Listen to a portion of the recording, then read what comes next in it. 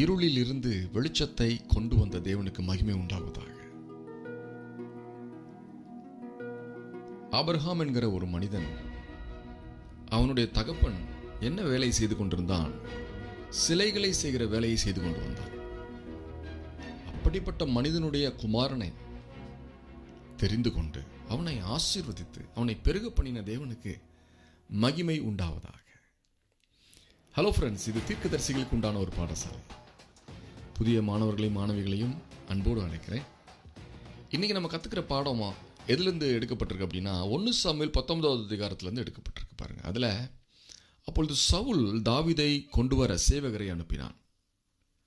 அவர்கள் தீர்க்க தரிசனம் சொல்லுகிற தீர்க்கதரிசிகளின் கூட்டத்தையும் சாமுவேல் அவர்களின் தலைவனாக நிற்கிறதையும் கண்டார்கள்.